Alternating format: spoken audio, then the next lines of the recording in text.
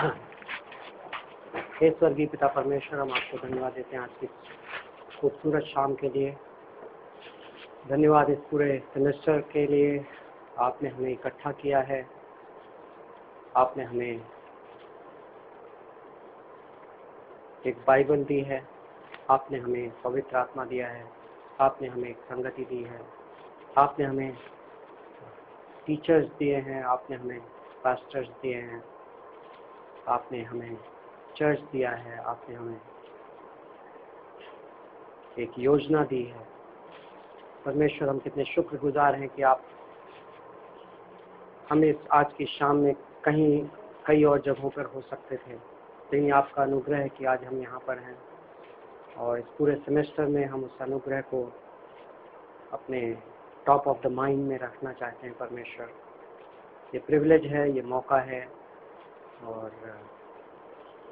हर किसी के पास ये कैपेसिटी नहीं होती, हर किसी के पास एक राइट अपॉर्चुनिटी नहीं होती, हर किसी के पास समय नहीं होता, हर किसी की लाइफ में कंसंट्रेशन एंड फोकस नहीं होता, लेकिन हम इन सब चीज़ों के आशीष से आशीषित किए गए हैं। इस क्लास में मौजूद प्रत्येक छात्र, रास्ते में जो छात्र हैं जो कंसीडर कर रहे हैं सैटरडे क्लासेस, प्रभु हम सब आपके हाथ में समर्पित करते हैं। सिर्फ आपका अनुग्रह है, आपकी ताकत है, आपकी सामर्थ्य है जिसके द्वारा ये संभव है। प्रभु, हमारे इन क्लासेस को आशीष दो।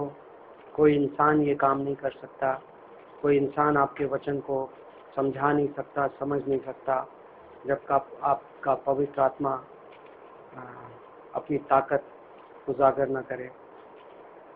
क्लास आपके हाथ में देते हैं, प्रत्येक छात्र को आपके हाथ में देते हैं, पूरा सेमेस्टर आपके हाथ में देते हैं प्रभु यीशु मसीह के नाम से, आमीन। ओके, सो वेलकम, आपका स्वागत है back to the semester. Okay, ये पहली क्लास है प्रॉब्ली सेमेस्टर की। एक्चुअली पहली क्लास अभी हमने थोड़ी देर पहले ख़त्म की, but yes, Tuesday night 8:30 class पौलुस की पत्रियाँ। सारे स्टूडेंट्स का स्वागत है। As new students in this semester we have some people, so we would like to welcome you.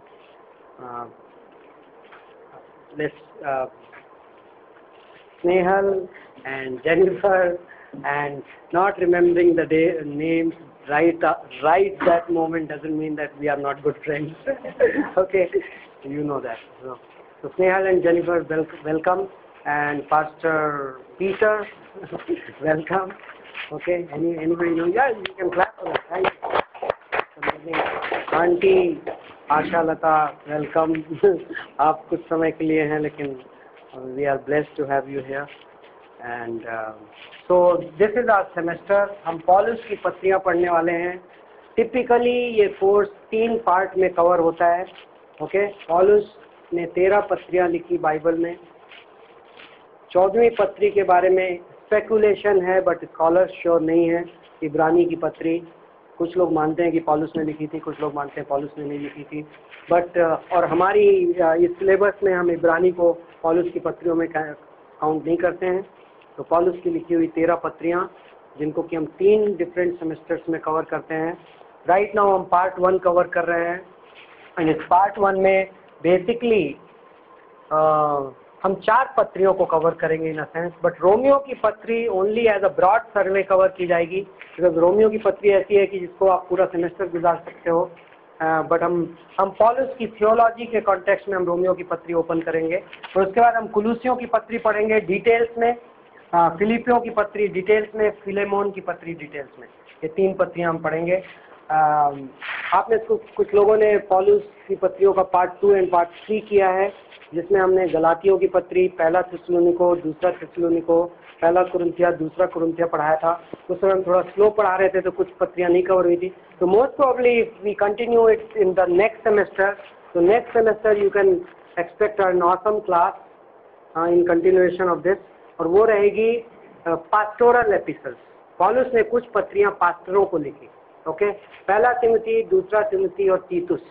ये 3 पत्रियों को पास्टोरल एपिसोड्स कहा जाता है, पौलुस की पास्टरों के नाम पत्रियां।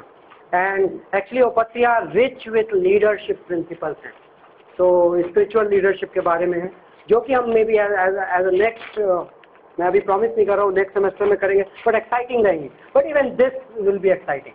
नाउ जस्ट एक बेंचमार्क सेट करेंगे कि हम इस सेमेस्टर में कवर क्या करने वाले हैं।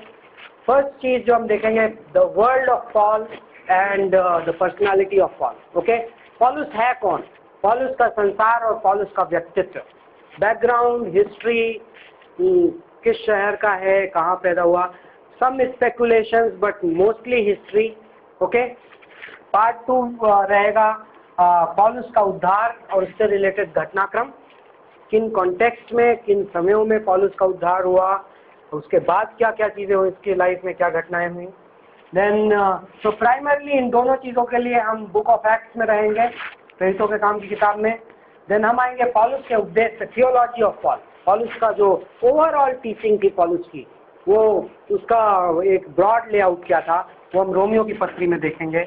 और उसके बाद हम ये 3 पत्रियों पे जाएंगे एक एक करके, कुलुसियो, फिलिपियो, फिलेमोन। ओके, नाउ कुछ बेसिक प्रिंसिपल्स जो इस क्लास में कवर नहीं होते, लेकिन ये वर्ड्स मैं चाहता हूँ कि आप ये वर्ड्स को मैं एक्सप्लेन करूँ आपको, जिससे आप क्लियर रहें कि हम अप्रोच कैसे करते हैं बाइबल कॉलेज क्लास को।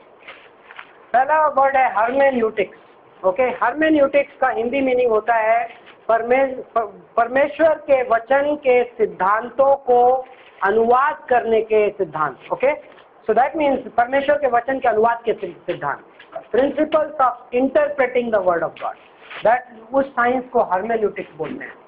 ओके, इंटरप्रिटेशन अपने आप में एक science as well as art है, बट इंटरप्रिटेशन वेग चीज नहीं है। तो बाइबल कॉलेज में बाय द वे एक कोर्स होता है, और मैंने हिंदी में कई सालों पहले पढ़ाया था, वीडियोस अवेलेबल है, मे भी आने वाले सेमेस्टर्स में हम इस कोर्स को करेंगे, जिसमें कि हम प्रिंसिपल्स देखते हैं, किन सिद्धांतों का इस्तेमाल किया जाए जिससे हम गलत इंटरप्रेट ना करें।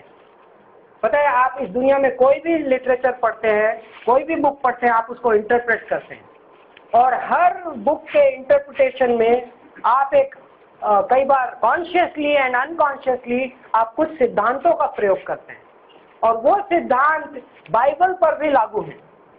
ओके, बट कई बार ऐसा होता है कि यदि लोग वेल टॉट ना हो, तो जब बाइबल की बारी आती है तो बाइबल को इंटरप्रेट करने में बहुत सब्जेक्टिव हो जाते हैं, उसको एज अ साइंस इंटरप्रेट नहीं करते हैं। बट जब आप ये कोर्स करेंगे हर्मेन्यूटिक्स का, तो आप ये समझेंगे कि इट्स अ साइंस, कुछ प्रिंसिपल्स हैं जो आप किसी और बुक पर अप्लाई कर सकते हैं, जो आप बाइबल पे अप्लाई कर सकते हैं, और यदि आप उन प्रिंसिपल्स को नेग्लेक्ट कर देंगे तो आप वियर्ड इंटरप्रिटेशंस में घुस जाएंगे। कुछ प्रिंसिपल्स मैं कवर करूंगा, ये नीचे की चीजें हुई। सेकेंड चीज is homiletics. Homiletics is science of preaching the word of God. परमेश्वर के वचन के प्रचार का जो विषय है उसको होमिलेटिक्स बोलते हैं। नाउ कई लोग ये मिस्टेक करते हैं, कई लोगों को इसमें बहुत इंटरेस्ट है, ये बड़ी पॉपुलर एक्टिविटी है। ओके, होमिलेटिक्स बड़ी पॉपुलर एक्टिविटी है। मैं यदि प्रीचिंग अच्छी करने लगूं, यदि मैं परमेश्वर के वचन को सुनाना अच्छे से सीख जाऊं, तो बहुत अच्छा होगा। बहुत सारे प्रभु के दासों को, बहुत सारे बाइबल कॉलेज स्टूडेंट्स को ये कोर्स करने में बहुत एक्साइटमेंट रहता है। But a homiletics without right hermeneutics is useless. Right hermeneutics will produce right homiletics. तो सही तरीके का अनुवाद सही प्रचार पैदा कर सकता है। कई लोग प्रचार करते हैं, ओके मैं एक सब्जेक्ट उठाऊं, कुछ वर्सेस पिकअप करूं और कुछ इलस्ट्रेशंस पिकअप कर लूं, कुछ कहानियां उस सब्जेक्ट के बारे में खोज लूं और हो गया मैसेज तैयार। No, wrong. What is the purpose of homiletics? मैं कुछ ये सब इस कोर्स का पार्ट नहीं है, बट मैं राइट फाउंडेशन सेट कर रहा हूं। ओके, होमिलेटिक्स मतलब कि परमेश्वर के वचन के प्रचार का मकसद क्या है? To encourage people to apply the word of God in their life. परमेश्वर के वचन का लोगों की जिंदगी में उपयोग हो। Okay, but if my interpretation is not correct, how can my application be correct?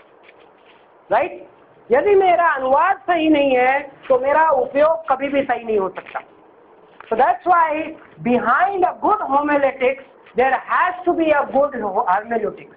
I may not be a very charismatic preacher. Okay मेरे पास स्टंट्स नहीं होंगे, मेरे पास राइट स्टोरीज नहीं होंगी, लेकिन यदि मैं अपनी इस चीज पे एज अ प्रीचर में वर्क करूंगा तो आई थिंक इस प्रोबेबली ये कोर्स बाइबल कॉलेज से हटा देना चाहिए। कई बार मुझे लगता है ओके आई नॉट लेकिन हम ये कोर्स पढ़ाते हैं, बट ये कोर्स को मैं बड़ा लो लेवल पे रखता हूँ। तो यदि मेरी हर्मेन्यूटिक्स करेक्ट है, यदि मेरा वचन का इंटरप्रिटेशन करेक्ट है, यदि मेरा वचन को अध्ययन करने का तरीका सही है, तो मैं इवेंचुअली मैं वचन में से कुछ निकाल कर प्रेजेंट कर पाऊंगा जो मीनिंगफुल होगा किसी के लिए, राइट? सो इम्पोर्टेंट मैं इस चीज को कितना भी एग्जेजरेट नहीं कर सकता। Most people think it differently. Most people सोचते मेरी होमिलेटिक्स करेक्ट हो जाए, मुझे ट्रिक्स चाहिए, मुझे इलस्ट्रेशंस चाहिए, मुझे मैंने लाइक कई बार मैं यंग प्रीचर था तो मैं कई बार जोक्स खोजता था, ओके, जस्ट टू कीप। मुझे पता है कि ड्यूरिंग द मैसेज थोड़ा ह्यूमर जरूरी है, बट मैंने ये देखा है कि जब मैं प्लान करके ह्यूमर आता हूँ तो मोस्ट केसेस में वो दे डोंट वर्क। बट पवित्र आत्मा की अनॉइंटिंग में कई बार सिंपल स्टेटमेंट ह्यूमरस हो जाते हैं एंड कॉन्ग्रीगेशन को एनर्जेटिक कर देते हैं, right? So I think broadly speaking we should leave homiletics to the Holy Spirit. Okay, now hermeneutics में, नाउ परमेश्वर के वचन के अनुवाद के विषय में वन स्टेटमेंट, यदि मैं अभी होमिलेटिक्स के कोर्स, हर्मेन्यूटिक्स के कोर्स को यदि मैं एक सेंटेंस में समराइज करूं तो हमें परमेश्वर के वचन को लिटरल, हिस्टोरिकल, ग्रामेटिकली इंटरप्रेट करना है। ओके, तो ये तीन कीवर्ड हैं। लिटरल मतलब शाब्दिक अनुवाद, परमेश्वर का वचन लिटरल इंटेंशन से लिखा गया है। Okay, it's a literary work, ये साहित्य का काम है और ये एक लिखित पुस्तक है, एक लैंग्वेज में लिखी गई है, और जो टिपिकली शब्दों को आप दूसरी लिखावटों में जैसे अनुवाद करते हो उसी तरीके से आपको यहाँ पर भी अनुवाद करना है। लिटरल का ऑपोजिट क्या होता है पता है? एलेगोरिकल। कई बिब्लिकल स्कॉलर्स हैं जो एलिगोरिकल स्कूल ऑफ थॉट से आते हैं। वो बोलते हैं ये वचन जो है स्पिरिचुअल चीज है, एंड चूंकि ये वचन, परमेश्वर का वचन स्पिरिचुअल चीज है, तो हमें उसके पीछे का हिडन मीनिंग निकालना है, एंड देन वो वियर्ड होते जाते हैं।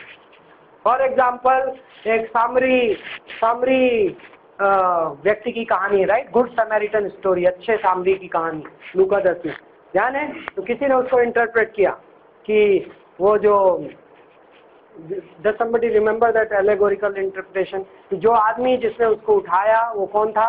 यीशु मसीह था, right?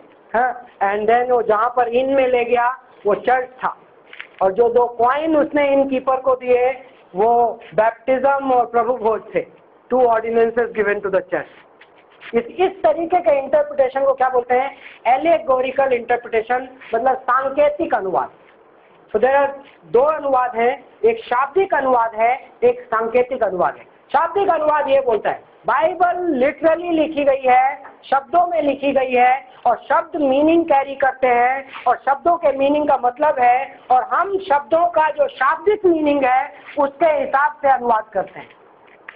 Okay, now that doesn't mean कि लिटरल इंटरप्रिटेशन में सांकेतिक भाषा के लिए जगह नहीं है, ऐसा नहीं है। फॉर एग्जाम्पल, यदि मैं आपसे ये कहूँ कि कल सुबह मैं उड़ने वाला हूँ, नो, हिंदी में अजीब सा लगता है, tomorrow morning I am flying, तो उसका मतलब ये नहीं है कि कल सुबह मेरे पंख उड़ जाएंगे और मैं उड़ने लगूंगा। You know that's a literal meaning but use of a symbolic language.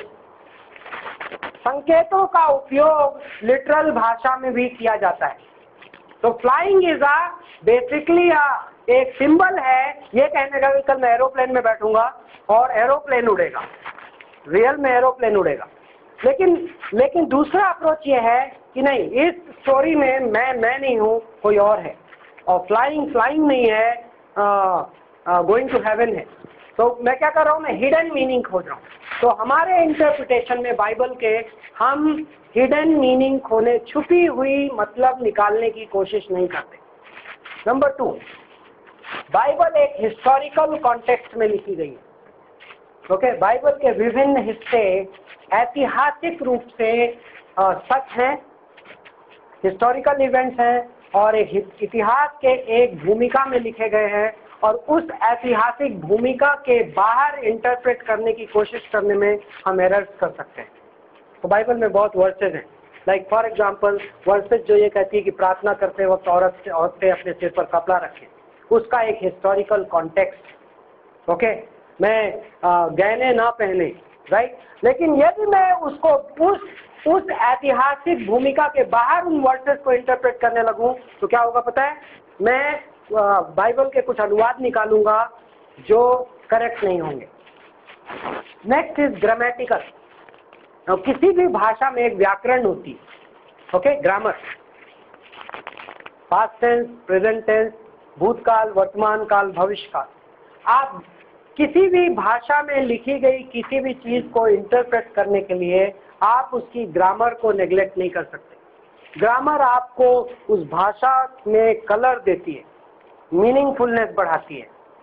मैं गया था और मैं जा चुका था, इन दोनों में फर्क है, राइट। जस्ट सेम वर्ड्स का उपयोग है, लेकिन जस्ट टेंस बदल जाने से, क्रिया के का काल बदल जाने से मीनिंग बदल जाता है।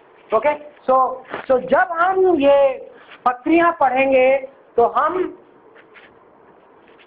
इन चीजों को ध्यान में रखेंगे। कई बार हम हिस्ट्री में जाएंगे, कई बार हम हिस्ट्री के कुछ रिसोर्सेज डिक करेंगे, ओके, एंड कई बार हम वर्ड बोलेंगे। ओके, ग्रीक वर्ड, ये शब्द के लिए यूनानी भाषा में ये शब्द प्रयोग किया गया है। वो इसलिए नहीं है कि मैं आपको इम्प्रेस करना चाहता हूँ मेरी यूनानी भाषा की नॉलेज से, ओके, आपको पता है कि मैं यूनानी नहीं बोलता, या बट बाइबल ओरिजिनली किस भाषा में लिखी गई थी? नया नियम कौन सी भाषा में? यूनानी, दैट इज ग्रीक। और ओल्ड टेस्टामेंट, पुराना नियम किसमें? इब्रानी, हिब्रू। ओके, एंड कुछ portion, very very minimal portion, बहुत थोड़े से हिस्से किसमें? आरामी में, अरेमिक। ओके, सो जब हम कई बार कई शब्दों के मीनिंग के लिए हम ग्रीक लैंग्वेज में जाते हैं, ग्रीक भाषा के शब्द में जाते हैं, और कई बार हम उनके इवन काल में जाते हैं, टेंसेस में जाते हैं। Okay, so we will consider that is a part of our hermeneutics. Now exegesis, exegesis एक वर्ड है। एक्सेजेसिस का मतलब होता है किसी सेंटेंस को लेना और उसको ब्रेक करना। ओके, किसी वाक्य को लेना और उसके, आपने जब व्याकरण पढ़ी होगी अपने स्कूल के दिनों में तो आपने ऐसे वाक्य को ब्रेक किया, ये करता है, ये क्रिया है, right. Active voice, passive voice, ये क्या है? मैं एक सेंटेंस को ले रहा हूँ और कई बार मीनिंग समझने के लिए मैं उस सेंटेंस को टुकड़े टुकड़े में बांट करके उन शब्दों के ग्रामेटिकल रूप में जाके, कंस्ट्रक्शन में जाके उसका मीनिंग समझने की कोशिश कर रहा हूँ। और कई बार कईयों को भारी लगेगा, और मे भी आपके फर्स्ट फ्यू सेमेस्टर्स में कुछ चीजें अंदर जाएंगी, कुछ चीजें बाहर रह जाएंगी, बट डोंट वरी। कुछ जब आप बाइबल को इस तरीके से पढ़ने लगेंगे तो बाइबल बहुत मीनिंगफुल हो जाएगी। और मैं एक्चुअली हर्मेन्यूटिक्स की क्लास में मैं आपको ये प्रूव करके दूंगा कि क्यों exegesis, there is a biblical mandate कि हमें बाइबल को इस तरीके से पढ़ना है। ओके, यीशु मसीह के बारे में कई बार लिखा है कि लूका के 24 में उसने क्या किया? उसने शुरुआत से लेकर आखिरी तक उसने उन 2 चेलों को निकाल के अपने बारे में बताया, राइट। कहाँ पे है? देखो, ब्रेक कर करके वहां पे वर्ड है एक्सेजेसिस। जब पुत्र ने पिता को प्रकट किया है, एक वर्ड है यूहन्ना 1 में, that word is the son has exegeted the father, मतलब पुत्र ने पिता का खुलासा किया है। तो वर्ड का मीनिंग ऐसा है कि मैं उस वर्ड को लेता हूँ और ऑलमोस्ट ऐसे उसका ऑपरेशन करता हूँ, और ऑपरेशन करके दूसरा तिमोथी का 2:15 पौलुस क्या बोलता है कि प्रभु के दास को कैसा होना चाहिए? Rightly dividing the word of truth, rightly dividing. एक्सेजेसिस की कैंची चला रहे हो आप? सो कई बार ये एक्सरसाइज टफ लगती है, और इसके लिए बाइबल कॉलेज है, इसके लिए आपके टीचर्स हैं जो आपको ये आसान करके देते हैं, और इसके लिए हम आपको ओवरलोड नहीं करते कभी भी ग्रीक वर्ड से just for the sake of it, but हम जाएंगे। और मैं आज ये इसलिए एक्सप्लेन कर रहा हूँ कि जब आप वहाँ पे जाएंगे और आपको कभी बीच में टफ लगे और आप 8:30 9 o'clock की क्लास में आपको थोड़ा सा यॉर्निंग होने लगे, तो आप बस अपने आप को अलर्ट रखिए, मीनिंगफुल है। देन एक वर्ड है आइसेगोगिक्स। आइसेगोगिक्स का मतलब होता है ऐतिहासिक भूमिका। ओके, कई चीजों का मीनिंग और गहराई में समझने के लिए आइसेगोगिक्स बहुत इंपॉर्टेंट रोल प्ले करती है। ओके, क्योंकि ये सब घटनाएं, ये वर्ड किसी ऐतिहासिक पृष्ठभूमि में लिखे गए हैं, historical background. Okay, reference text हमारी कोर्स का of course Bible main reference text है। मैं एक बुक यूज कर रहा हूँ इस पूरे कोर्स के दौरान, मोस्टली हिस्टोरिकल पोर्शंस के लिए। इस बुक का नाम है Paul and his letters, writer है John B Polhill. If you will be interested in future too, यदि आपको कभी बुक में इन्वेस्ट करना है और आप देख रहे हैं पॉल की पत्रियों को समझने के लिए, तो अच्छी किताब है, बट नॉट नेसेसरी आपको इस कोर्स को करने के लिए इस किताब की जरूरत नहीं है, क्योंकि जो मुझे रेलिवेंट लगेगा वो मैं आपको, बट हिस्टोरिकल पोर्शंस के लिए काफ़ी कुछ मैं इस किताब में से रिफर करूंगा and at the same time even read out करूंगा if required. Okay, so let's go to Paul. Paul कौन है? पॉल किस तरीके के संसार में जी रहा था? पॉल उसका व्यक्तित्व क्या था? क्योंकि पॉल की लिखी हुई पत्रियां हम पढ़ने वाले हैं, तो पहले हम लेखक के हार्ट में घुसते हैं। ओके, लेखक की जिंदगी में घुसते हैं। सो प्रेरितों का काम 21वां अध्याय खोलिए। पॉल के बैकग्राउंड की 3 इंपॉर्टेंट कैरेक्टरिस्टिक्स हैं जिनको पॉल इस घटना में इंट्रोड्यूस कर रहा है, और हम उससे उनकी लिस्ट बनाएंगे। यहाँ पे एक मेजर डिस्प्यूट है पॉल की लाइफ। Okay, acts chapter 21।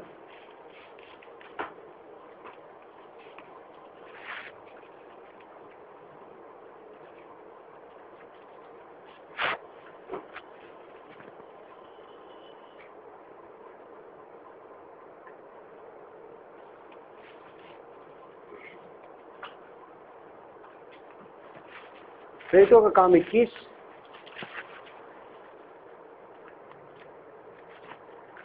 यहाँ पर पॉल एक मुसीबत में फंस गया है। भीड़, पूरी की पूरी भीड़ पॉल के खिलाफ है।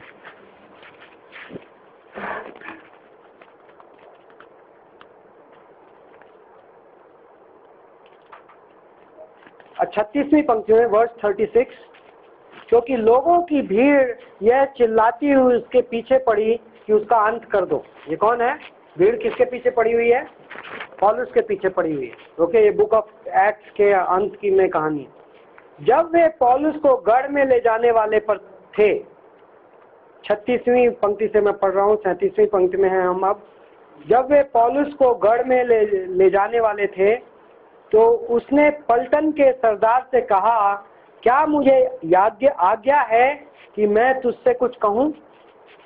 ओके, तो ये कौन है? पौलुस किससे कह रहा है?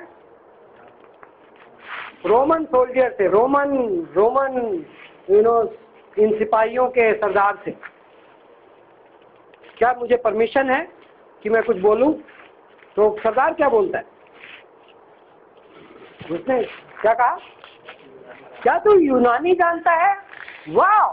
सो समथिंग अबाउट पॉल के बारे में एक गुण है जो सडनली ये नोटिस करता है, और वो क्या है कि पॉल को यूनानी पता है, ग्रीक। ओके, सरप्राइज हो गया ये। नाउ, क्या तू है मिस्री नहीं जो इन दिनों से पहले बलवाई बनाकर 4000 कटारबंद लोगों को जंगल में ले गया? पौलुस ने कहा, मैं तो तारसुस का यहूदी मनुष्य हूँ, किलिकिया के प्रसिद्ध नगर का निवासी हूँ, और मैं तुझसे विनती करता हूँ कि मुझे लोगों से बातें करने दे। तो पॉल अपने आप को इंट्रोड्यूस कर रहा है, क्या बोल के? मैं कहाँ का हूँ? मैं तारसुस, इंग्लिश में टारसस। ओके, पॉल अपने आप को इंट्रोड्यूस कर रहा है कि I am a citizen of tarsus.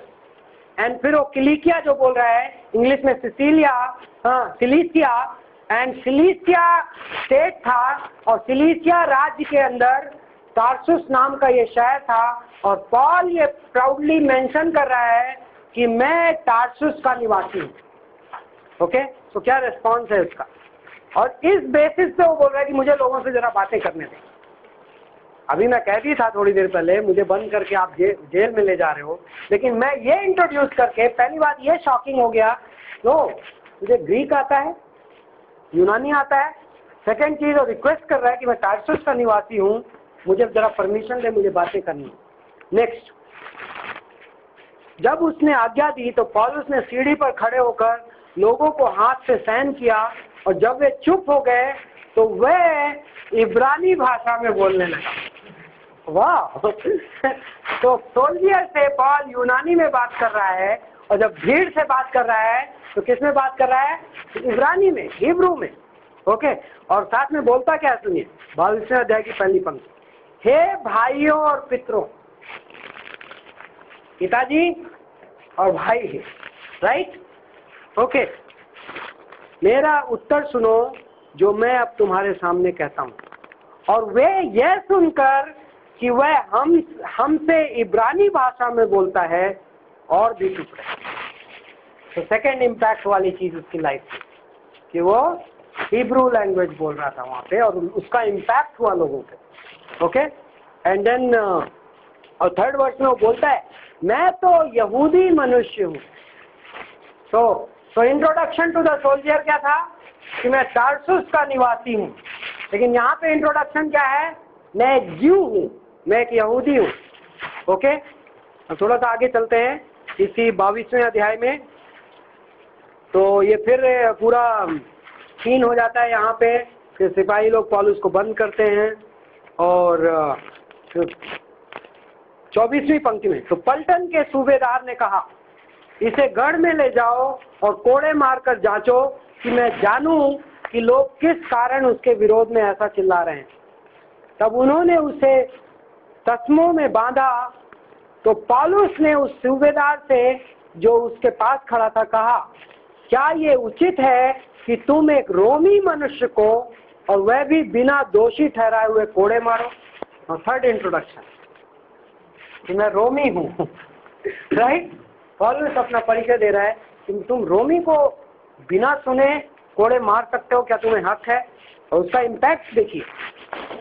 तब पलटन के सरदार ने उसके पास आकर कहा, मुझे बता क्या तू रोमी है? उसने कहा हाँ।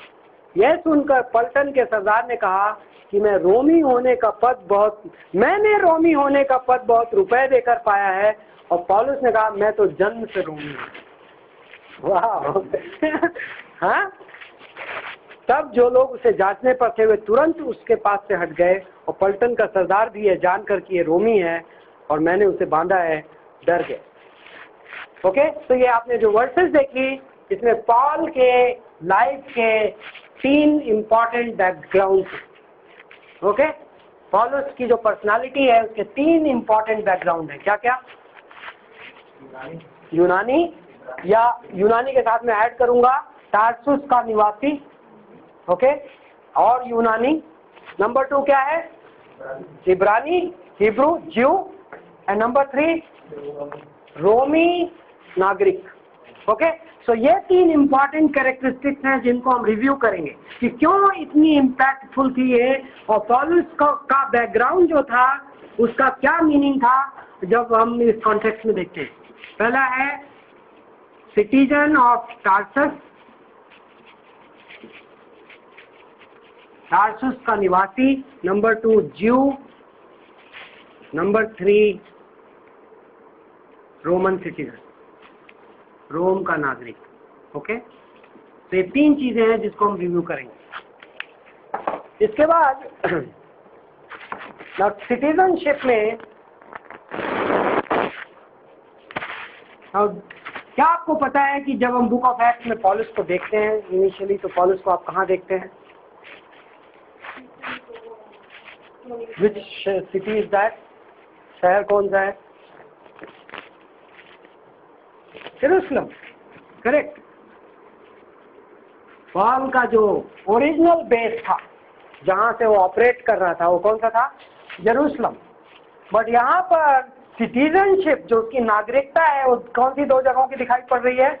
एक रोम की और दूसरी टार्सुस की। ओके, सो जो फर्स्ट कैरेक्टरिस्टिक्स हम पौलुस की देख रहे हैं वो ये है कि पौलुस दो शहरों का, दो जगहों की नागरिकता थी उसकी। नाउ इसका क्या इम्पैक्ट क्या है? टार्सुस कौन सी जगह थी? नाउ रोमी अब हम काफी सारी हिस्ट्री में एंटर कर रहे हैं। रोमी सरकार के दौरान कुछ शहर थे जिनको फ्री सिटीज कहा जाता था। ओके, स्वतंत्र आजाद शहर थे। टार्सुस आजाद शहरों की लिस्ट में से एक थी। तो आजाद शहर का क्या मतलब होता है? जो आजाद शहर होते थे वो शहर खुद के एडमिनिस्ट्रेशन पे चल सकते थे। उन शहर का जो गवर्नेंस थी वो उनके खुद पर, रोमी सरकार उन पर गवर्न नहीं करती थी, वो अपनी गवर्नमेंट खुद चलाते थे। ओके, और उसका इम्पैक्ट ये था, ऐसा जो ओहदा था वो कुछ सिटीज को इसलिए दिया जाता था, उसके पीछे कोई ना कोई कारण होता, कोई बैकग्राउंड होता था। तो कई लोग ये मानते हैं टार्सुस के बारे में कि जो अगस्टस जो राजा था, अगस्टस कैसर, सीजर अगस्टस, ओके, उसका ओरिजिनल नाम था ओक्टेवियन। नाउ अगस्टस कैसर के खिलाफ जब ओरिजिनली बगावत हुई थी, उस समय इस शहर ने इनका साथ दिया था, अगस्तुस के लोगों का साथ दिया था। उस वजह से जब अगस्तुस ने बगावत को दबा के जब वो इवेंचुअली राजा बना, तो उसने ये टार्सुस शहर को आजाद शहर का ओहदा दे दिया। नाउ पौलुस इस शहर में पैदा होने की वजह से, आजाद शहर के निवासी होने की वजह से, पौलुस के पास उस आजाद शहर के स्पेशल प्रिविलेजेस थे। ओके, एंड इसलिए जब आप देखते हो तो आजाद शहर के और कुछ कैरेक्टरिस्टिक्स होती है। इनफैक्ट आजाद शहर के ही नहीं, रोम के शासन में बहुत सारे शहरों में ये कुछ गुण थे। वहां पे प्रिविलेंट लैंग्वेज क्या थी? रोम में, जो रोम के राज्य में जो कॉमन भाषा थी वो थी यूनानी, क्या? Greek. Okay, now because Paul, now tarsus क्या है? पॉल ओरिजिनली यहूदी है, लेकिन यहूदी होते हुए भी कहाँ ग्रो कर रहा है? फार अवे, दूर एक किलिकिया नाम के प्रांत में, टार्सुस नाम के शहर में।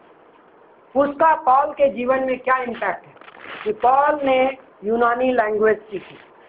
यूनानी लैंग्वेज सीखने का क्या फायदा? यूनानी लैंग्वेज, हम क्यों पॉल के बारे में सोच रहे हैं? क्योंकि पॉल आगे जाकर जो काम करेगा उसमें पॉल के बैकग्राउंड का असर आएगा। और यूनानी लैंग्वेज जानने से पॉल को क्या फायदा है? पॉल ने गॉस्पेल किन जगहों पे प्रचार किया? पॉल ने चर्च कहाँ पे शुरू किए? जहाँ पे प्राइमरी लैंग्वेज क्या थी? हिब्रू लैंग्वेज कहाँ पे बोली जाती थी? हार्डली यरूशलेम और इजराइल। बट पॉल जहाँ पर प्रचार कर रहे हैं वहाँ पे कौन सी भाषा बोली जाती थी? यूनानी भाषा। सो पॉलुस जब का बचपन किस भाषा में गुजरा? पॉलुस जब प्राइमरी स्कूल गया तो उसने वहाँ पे कौन सी लैंग्वेज पढ़ी? ऑफ कोर्स पॉलुस ने अपने रिलीजियस बैकग्राउंड की वजह से हिब्रू भी पढ़ी होगी, बट पॉलुस ने ग्रीक लैंग्वेज पढ़ी। एंड वो ग्रीक लैंग्वेज आने वाले सालों में परमेश्वर इस्तेमाल करने वाला है। इनफैक्ट 3 ओकेजन्स हैं पॉल की राइटिंग्स में, 3 डिफरेंट ओकेजन्स हैं जहाँ पे पॉल ग्रीक पोएट्स की पोएट्री कोट करता है। Interesting, right? आपको रेफरेंसेस चाहिए? I don't know where it is, मैं आपको दूंगा। ओके, हाँ, 3 इंस्टेंस है। प्रेरितों का काम 17-28 अपने जमाने की ग्रीक पोएट्री कोट करता है। ओके, देन पहला कुरिन्थियों का 15-33, 15वां अध्याय 33वीं पंक्ति, या आप पर्सनल स्टडी में सर्च कर सकते हैं। ग्रीक पोएट्री पॉलुस कोट कर रहा है। Okay, in the word of God, तीतुस 1:12। तो पॉलुस ग्रीक लैंग्वेज से फैमिलियर था। पॉलुस सिर्फ ग्रीक भाषा से नहीं, यूनानी भाषा से नहीं, यूनानी सभ्यता से भी फैमिलियर। ओके, ग्रीक कल्चर कैसा था? टार्सस शहर की लाइफ कैसी नहीं होगी? Just little bit of N imagination based on history. Greek culture of course, पहली चीज इनकी कल्चर की क्या स्ट्रांग पॉइंट है पता है ग्रीक कल्चर का? फिलॉसफी. ये लोग बड़े फिलोसॉफिकल थे, दार्शनिक थे. तो इनको डिफरेंट सब्जेक्ट पे डिस्कशन करना, माइथोलॉजी पे डिस्कशन करना, ये इनके आम जीवन का हिस्सा था. उसका इम्पैक्ट आपको पॉल की लाइफ में फ्यूचर में कहाँ पे दिखता है पता है? प्रेरितों का काम 17 में एथेंस नाम के शहर में पॉल को एक्रोपोलिस में जाके खड़ा हो जाता है. एंड वहाँ पे फिलोसफर्स भरे हुए हैं. एंड पॉल उनके सामने अनकंफर्टेबल फील नहीं करता. Right? Paul feels at home, क्योंकि वो उसने बचपन में ऐसे लोगों के बीच में ग्रो अप हुआ है. राइट? पॉल टार्सुस में ग्रो अप हुआ है. ओके. ऑल्सो ग्रीक कल्चर की कुछ और बातें थी. फॉर एग्जाम्पल ग्रीक कल्चर बहुत स्पोर्ट्स ओरिएंटेड था. जिम्नेजियम्स, ग्रीक कल्चर में हर शहर में जिम्नेजियम्स होते थे, स्टेडियम्स होते थे, रेसेस होती थी, एथलेटिक्स होते थे. आपको पता है ओलंपिक्स का ओरिजिन ग्रीक कल्चर से शुरू हुआ. राइट? सो पॉल की वोकैबुलरी में, पॉल की लैंग्वेज में आप उसका इम्पैक्ट देखते हो आगे जाकर. क्या मुझे कुछ इंस्टेंसेस या कुछ वर्सेस बाइबल में से कोट कर सकते हो जहाँ पॉल स्पोर्ट्समैनशिप की या रेसेस की इनकी बात करता है? कहीं पर आप देखते हो? या 1 Corinthians 9:24 to 1 Corinthians 9:24 से 27, मैं हवा में मुक्के नहीं मारता बोलता है. Right? Wow. Paul. What about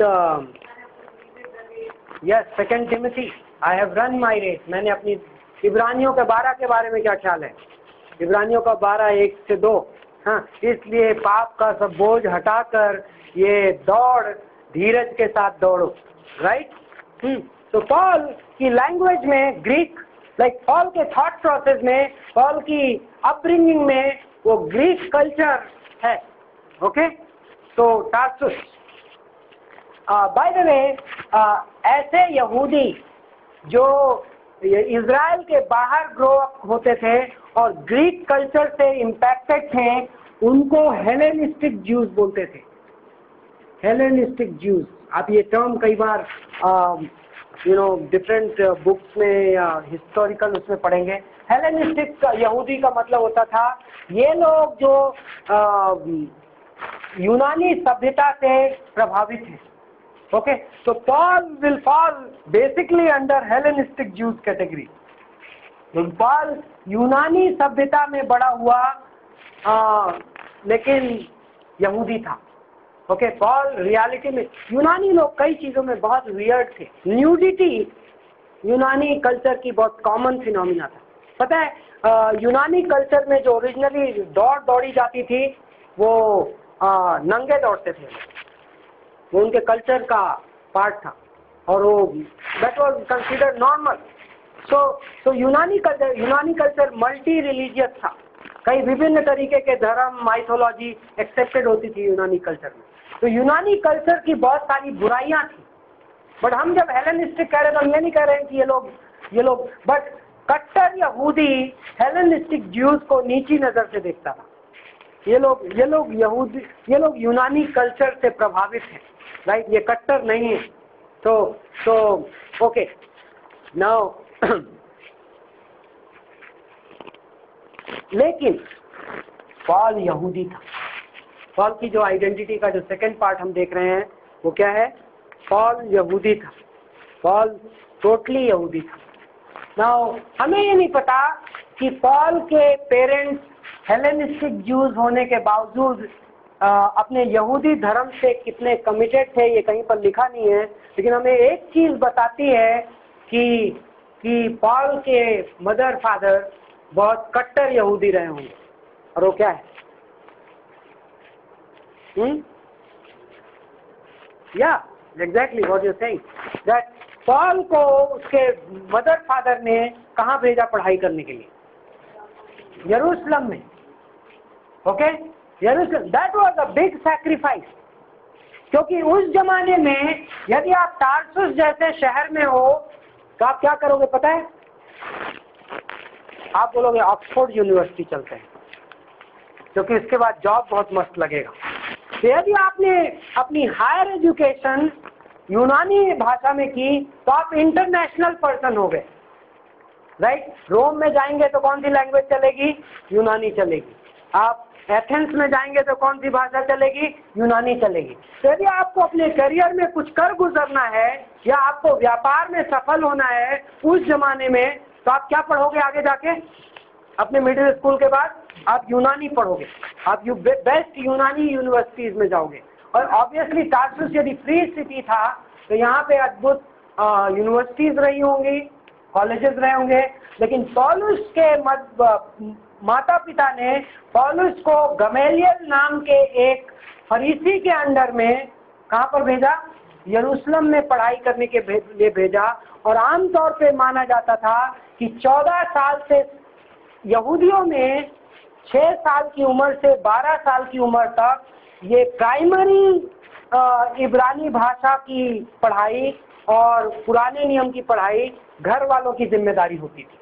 तो जब बच्चा 6 साल से 12 साल का होता था तो लोकल सिनेगॉग में, संडे स्कूल क्लासेस में लेट्स से वो ट्रेन होता था। लेकिन जब वो 12 साल का हो जाता था तो 12 साल के बाद 12 साल में बार मिफ्जा होता था, जिसमें उनको उनकी फेथ को लाइक कंफर्मेशन बहुत सारे ट्रेडिशनल चर्चेज में।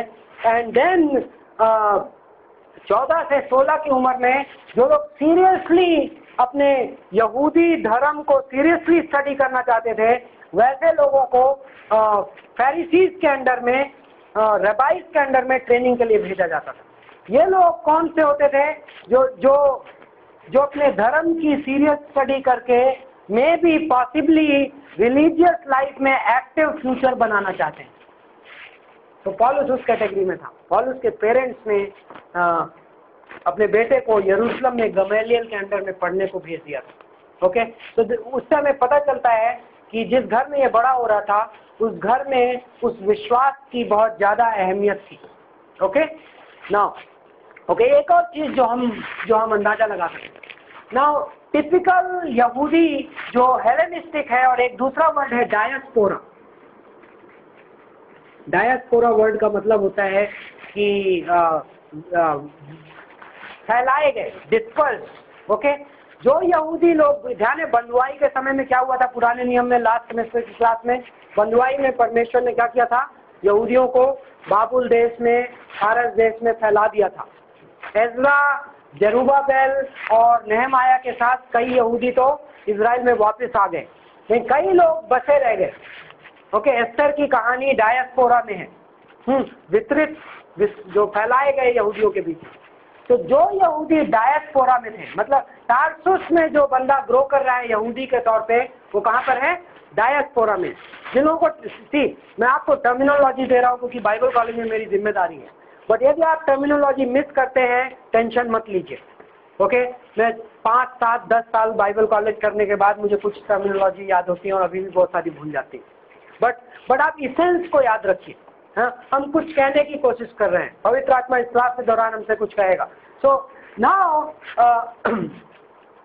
एक डायस्पोरा में जो यहूदी अपने देश के बाहर अपनी जिंदगी बिता रहा है, उसकी फेथ कैसी होती थी, इसका अंदाजा यदि लगाने की कोशिश की जाए। बहुत ज्यादा हिस्टोरिकल एविडेंसेस नहीं है, लेकिन एक चीज पता है कि जो सिनागॉग का कल्चर है, आराधनालय, जो आपको नए नियम में आराधनालय मिलते हैं, वो तब डेवलप हुए क्योंकि कई यहूदी यरूशलेम में नहीं थे, इजराइल में नहीं थे, मंदिर में नहीं जा सकते थे, लेकिन उन्हें अपने धर्म को फॉलो करने की नीड दिखाई पड़ती थी।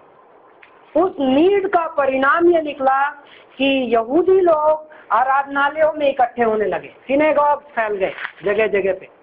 सो टिपिकली मोस्ट पीपल ये मानते हैं कि ज्यू की लाइफ जो डायस्पोरा में थी और जो इजराइल में थी उसमें बहुत मेजर डिफरेंस नहीं था फेथ में। ऑफ कोर्स इनकी lifestyle because of Greek influence different थी स्लाइटली, बट फेथ वाइज दोनों सेम थे। Okay, so Paul but next, before coming to Jewish heritage of Paul, Paul एक रोमी नागरिक। ओके, ना रोमी नागरिक होने का क्या मतलब होता था? पहली बात कि आप रोम की नागरिकता कैसे पाते थे?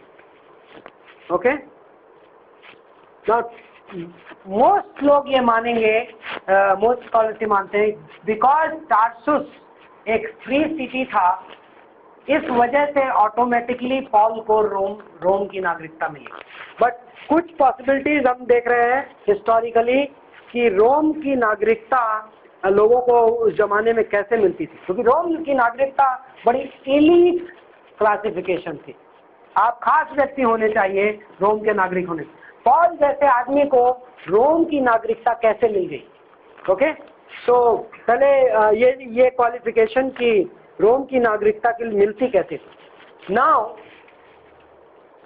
जो रोम के लोग थे ओरिजिनली, उनको तो बाय डिफॉल्ट मिल जाती थी, जो कि जैसे इंडिया में आप इंडियन हो तो बच्चा पैदा हुआ तो बाय डिफॉल्ट, ऐसे रोमी किसी परिवार का यदि बच्चा पैदा हुआ तो ऑटोमेटिकली रोमी नागरिक हो जाता था। ओके, बट पॉलुस के केस में वैसा नहीं रहा होगा, बिकॉज पॉलुस ओरिजिनली ज्यू है। ओके, और यदि आप रोमी नागरिकता में पैदा हुए तो आप रोमी साम्राज्य के अंदर आप कहीं भी ट्रेवल कर सकते थे, आप रोमी नागरिक कहलाओगे। ओके, आप शहर बदल सकते हो, आप देश बदल सकते हो, आप कहीं भी चले जाओ, आपके पास वो प्रिविलेजेस रहेंगे रोमी नागरिक के। Now second category of people जिनको रोमी नागरिकता मिलती थी वो थे मिलिट्री सर्विस। यदि आप रोमी सेना में काम करते थे 10 या 10 साल से ज्यादा, ये हिस्टोरिकली रिकॉर्डेड फैक्ट है। ओके, तो आपको रोम की नागरिकता मिल जाती थी, उनको वेटरन्स बोलते थे। ओके, 10 साल से ज्यादा की यदि आपकी सर्विस होती थी रोम की, आप किसी भी देश के हो, लेकिन ओके, कई बार स्पेशल केसेस में जब रोम की महासभा सीनेट यदि वोटिंग करके किसी को रोम की नागरिकता दे तो मिल सकती थी, लेकिन ऐसा एक्सेप्शनल सिनेरियो में होगा, राइट। यदि अगला पॉसिबिलिटी ये था कि रोम का राजा स्वयं बाय डिक्री, राजाज्ञा के द्वारा किसी को रोम की नागरिकता दे तो मिल सकती थी। ओके, हम ये सब टिपिकली ये क्यों किया जाएगा? थैंक यू बोलने के लिए। यदि किसी ने रोम के गवर्नमेंट के लिए कुछ स्पेशल फेवर किया तो as a thank you Rome की महासभा या रोम का राजा उन्हें क्या देगा? एज अ गिफ्ट रोमी सिटीजनशिप। ये कुछ सिनेरियोस थे जब रोमी सिटीजनशिप मिल जाती। तो प्रेरितों का काम 22-28 में अभी आपने पढ़ा कि एक सूबेदार बोलता है मैंने बहुत पैसा दे के ये रोमी नागरिकता पाई है, तुम्हें कैसे मिली? राइट, पौलुस से बोला। तो क्या रोमी नागरिकता खरीदी जा सकती थी? Question, no, it was not for sale historically. Okay, रोमी कई लोग ये मान सकते थे कि मे भी पौलुस के डैडी बहुत रिच आदमी रहे होंगे और उन्होंने पैसा देके खरीद लिया होगा, but that possibility did not exist. In fact वो रोमी नागरिकता के एलीटशिप के साथ मजाक हो जाता।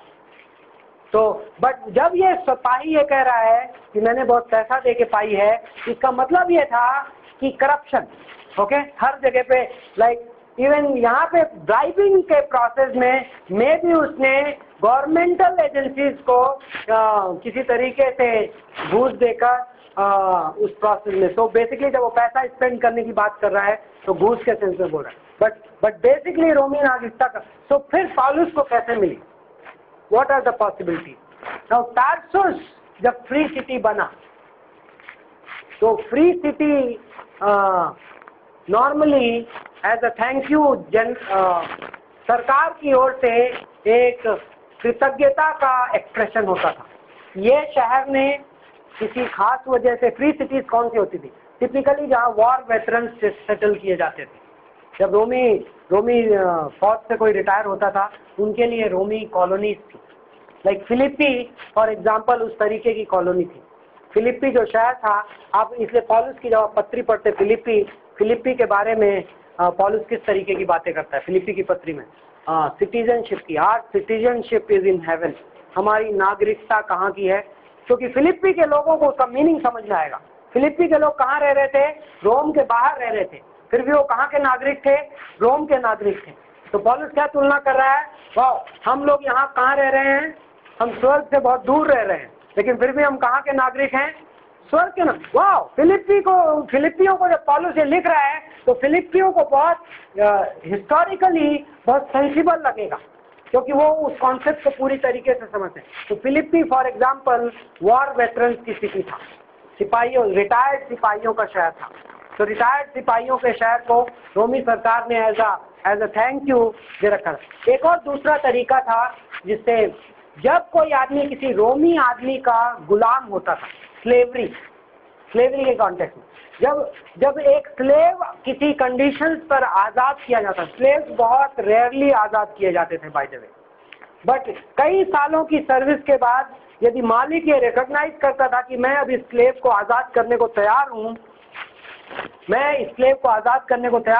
तो उस केस में मालिक क्या करता था पता है?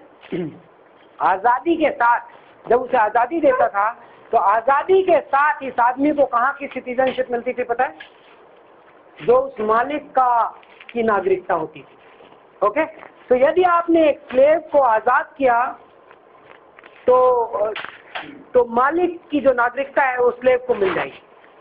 तो दैट वाज वन वे लोगों को, लेकिन इस स्लेव को जो नई नागरिकता मिलेगी उसमें उसको पूरे राइट्स नहीं मिलेंगे, क्योंकि ये तो बाय डिफॉल्ट मिली है। लेकिन यह आदमी थ्योरेटिकली रोमी नागरिक हो गया, तो जब उसके बच्चे पैदा होंगे वो फुली रोमी नागरिक कहलाएंगे। क्यों? क्योंकि अब वो रोमी नागरिक के बच्चे हैं। तो कई केसेस में मोस्ट स्कॉलर्स मानते हैं कि पौलुस को रोमी नागरिकता इस तरीके से मिली होगी। कई जनरेशन पहले, मे बी 2-3 जनरेशन पहले, पॉल के ग्रैंडफादर, ग्रेट ग्रैंडफादर किसी रोमी आदमी के गुलाम रहे होंगे, एंड जब उन्हें आज़ादी मिली तो उन्हें रोमी नागरिकता मिली, and then few generations later Paul totally रोमी नागरिक है। ओके, और उसके प्रिविलेजेस थे। क्या प्रिविलेजेस थे? फॉर एग्जांपल कुछ उदाहरण अभी आपने प्रेरितों 22 में देखा, क्या था? और उसने कहाँ पे कोट किया कि मैं रोमी नागरिक हूँ, और सिपाही डर गया। रोमी नागरिक को अपना डिफेंस करने का पूरा हक है। आप रोमी नागरिक को बिना डिफेंस, बिना उसका तर्क सुने, बिना उसका मुकदमा हुए आप उसे सजा नहीं दे सकते, बिकॉज वो रोमी नागरिक है।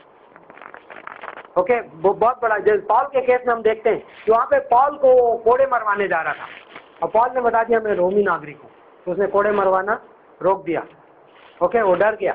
आप प्रेरितों के काम 16 में ध्यान है, जब न्यायाधीशों ने कोड़े मरवाया पौलुस और सिलास को, और पौलुस और सिलास ने क्या कहा? मैं रोमी नागरिक हूँ, तो वो लोग क्षमा मांगने लगे, वो लोग डर गए। क्यों? क्योंकि रोमी नागरिक को हक थे, कई स्पेशल प्रिविलेजेस थे। नाउ परमेश्वर इन चीजों को इस्तेमाल करेगा, परमेश्वर इन चीजों को पौलुस की लाइफ में इस्तेमाल करेगा। Okay, now coming to the third part, पौलुस एक यहूदी था।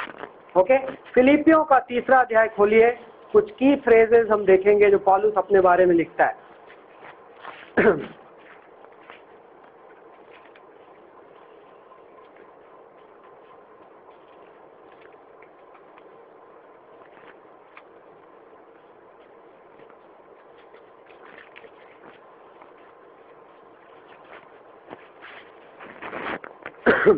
पांचवा पंक्ति, फिलिपियों का 3:5, फिलिपियंस 3:5।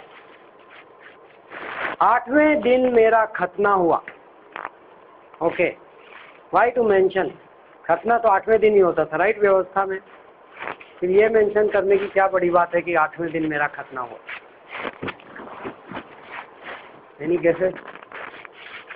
क्या इजराइल में कई लोग थे जो खतना नहीं कराते थे?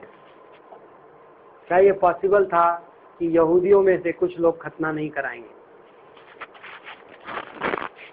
या ओके, कौन लोग थे जिनका खतना बाद में भी होता था? कॉन्वर्ट,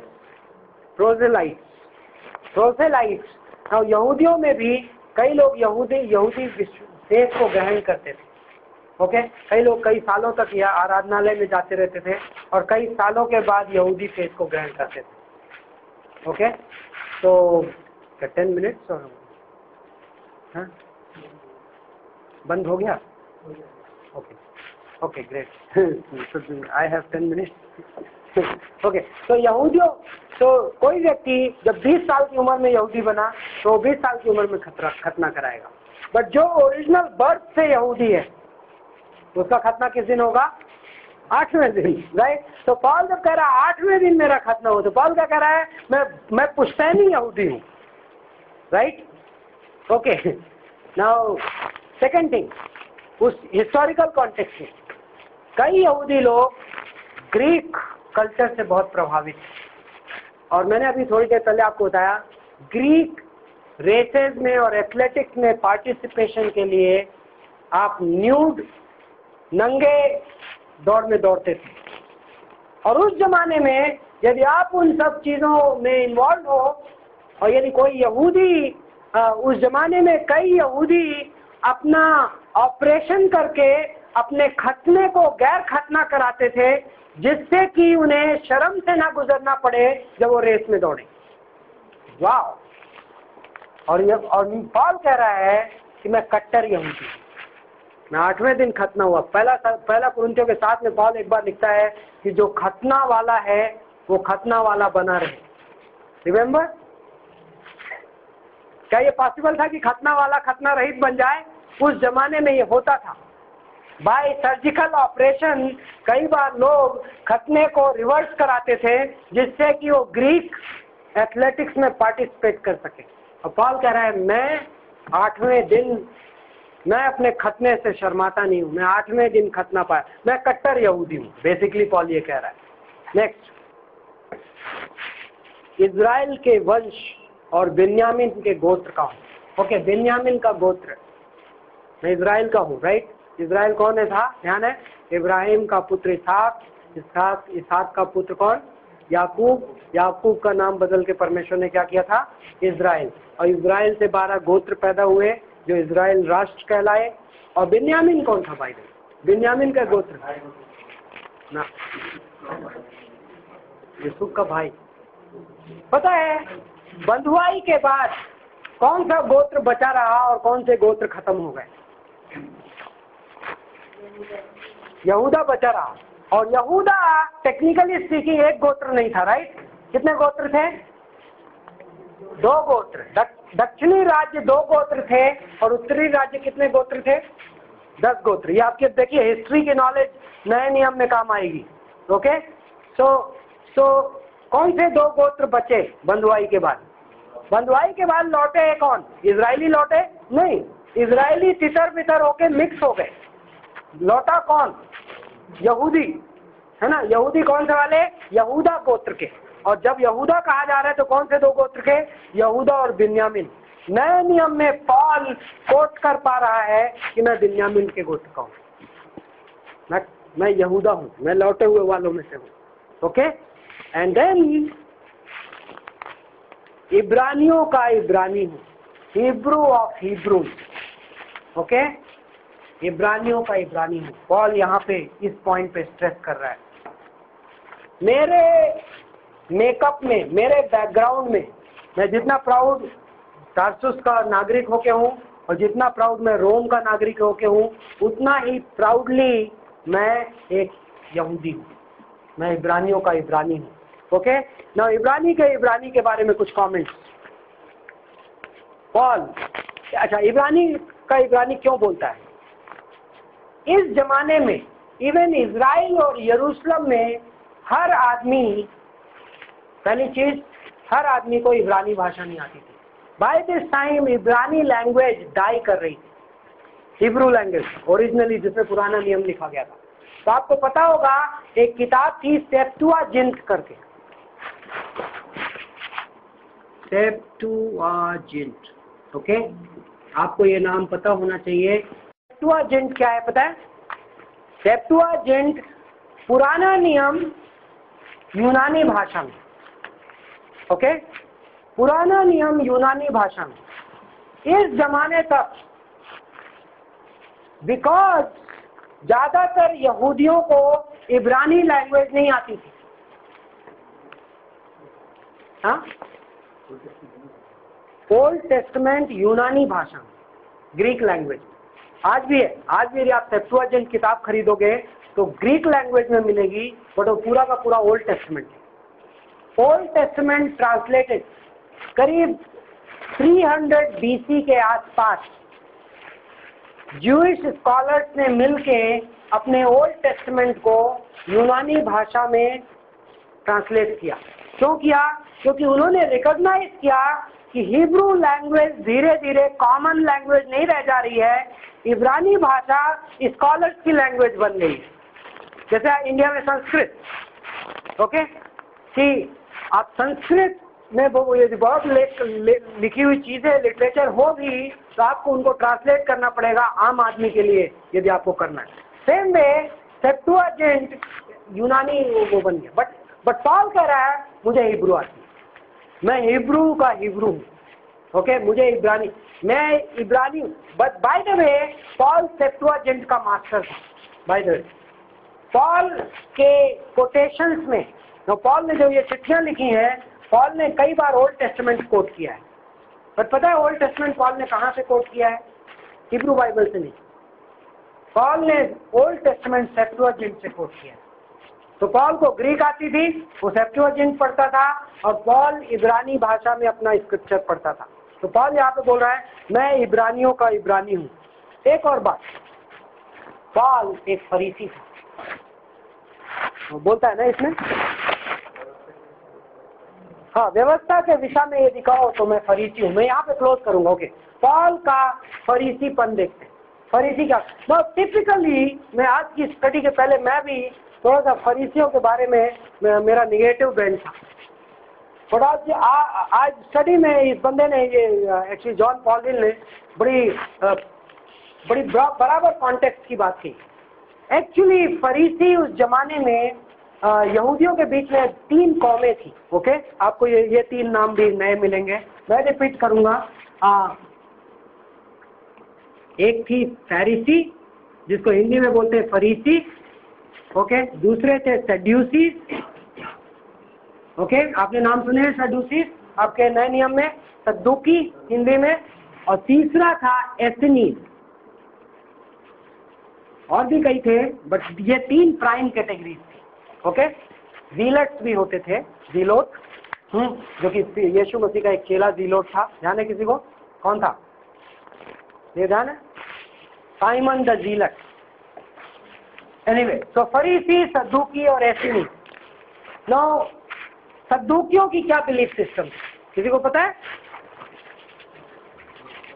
सद्दूकी लोग ये मानते थे कि आफ्टर लाइफ नहीं, मरने के बाद आत्मा वात्मा स्वर्ग नरक कुछ नहीं होता। यहूदी थे, और एक्चुअली यीशु मसीह के जमाने में सद्दूकी ज्यादा पावरफुल थे। पॉल के जमाने में सद्दूकी ज्यादा पावरफुल थे।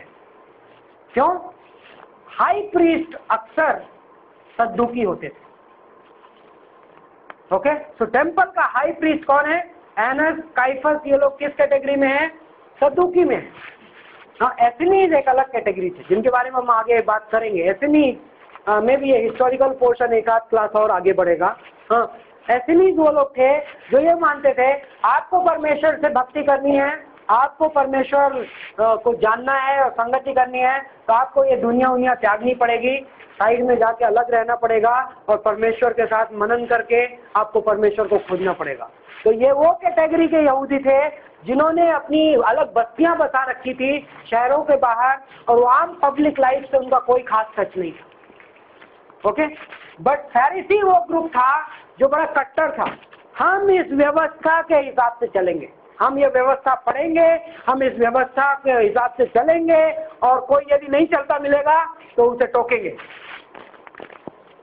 और एक्चुअली आप जब यीशु मसीह को आपने देखा, यीशु मसीह ने अपनी प्रीचिंग में फरीसीज को टारगेट किया।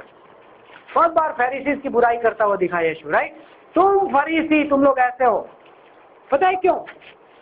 वो एक्चुअली देखा जाए तो एक हिसाब से फरीसियों के लिए कॉम्प्लीमेंट था। क्यों पता है?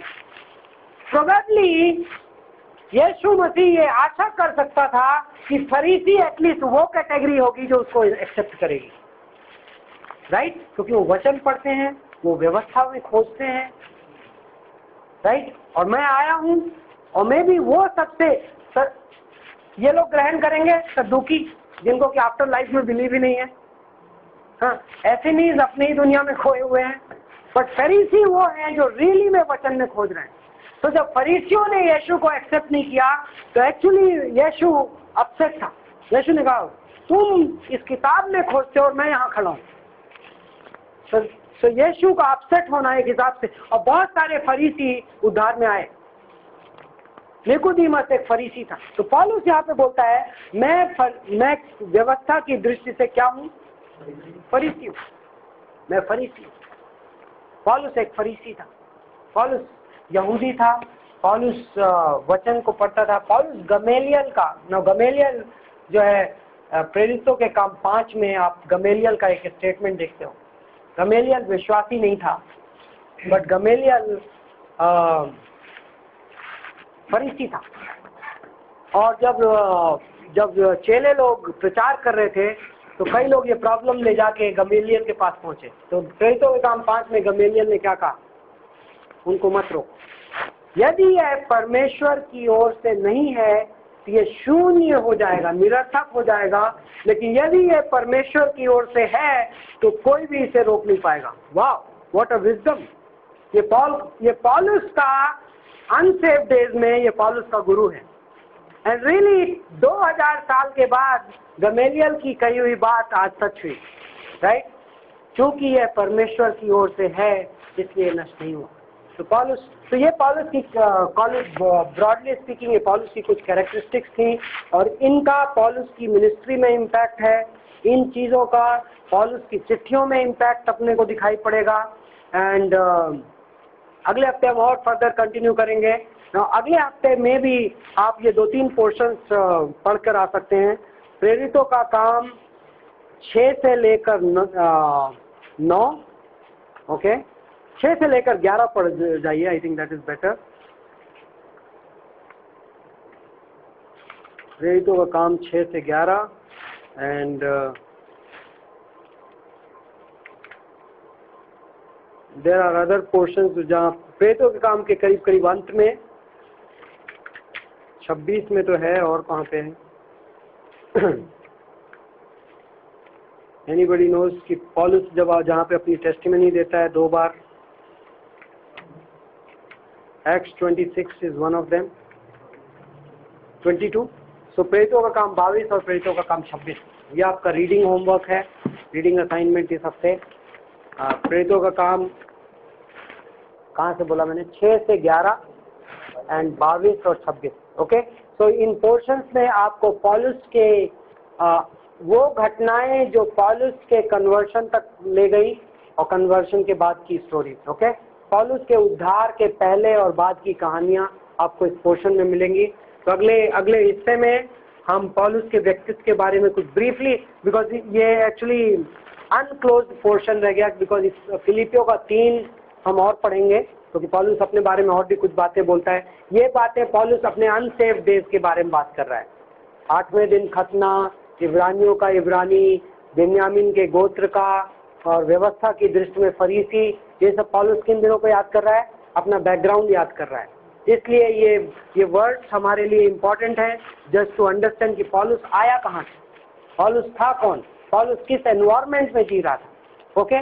और हमें पौलुस की सेवकाई को अप्रिशिएट करने में, और पौलुस भविष्य में जो चिट्ठियां लिखेगा उनको समझने में मदद मिलेगी, क्योंकि हम पौलुस का एज अ पर्सन जान रहे हैं, पौलुस है कौन व्यक्ति, राइट। सो हम और अगले हफ्ते कुछ टाइम स्पेंड करेंगे इसमें, इस हिस्टोरिकल पोर्शन में, एंड देन हम फिर थियोलॉजी में एंटर करेंगे। जब हम थियोलॉजी में एंटर करेंगे तो हिस्ट्री रिड्यूस हो जाएगी और वर्ड बाय वर्ड स्टडी बढ़ जाएगी। बट इनिशियली हम हिस्ट्री, एंड ये हिस्टोरिकल पोर्शंस, आप डोंट वरी, सारी चीज़ें नहीं याद रहेंगी, but you are making a frame of mind, okay. और आप अगली बार जब वही पत्रियाँ पढ़ेंगे तो आप डिफरेंटली देखेंगे उसको, बिकॉज नाउ यू नो एक overall broad setting of the history, okay. So let's pray. पिता, हम आपको धन्यवाद देते हैं आज के शाम के लिए, इस क्लास के लिए, इस अद्भुत समय के लिए। आपके अनुग्रह की मांग करते हैं लौटने की जर्नी में, इस हफ्ते में हमारी रीडिंग्स में। पौलुस, हम एक अद्भुत जिंदगी जो आपके दास ने जी, आपने उसे इस्तेमाल किया और हमारे लिए अद्भुत उदाहरण है, और ऐसे उदाहरण हमारी ज़िंदगी बदलते हैं। प्रभु, जब हम पौलुस की ज़िंदगी पढ़ें, हमारी मदद करो कि हम कुछ ऐसे पोर्शंस रिसीव करें, ऐसे इम्पार्टेशंस रिसीव करें। पौलुस की स्पिरिट, पौलुस की भावनाएं, पौलुस का जोश, पौलुस का कमिटमेंट, पौलुस की विश्वास योग्यता, पौलुस का अनुग्रह, पौलुस की शिक्षा। प्रभु, धन्यवाद देते हैं इस शाम के लिए, प्रभु यीशु मसीह के नाम से, आमीन।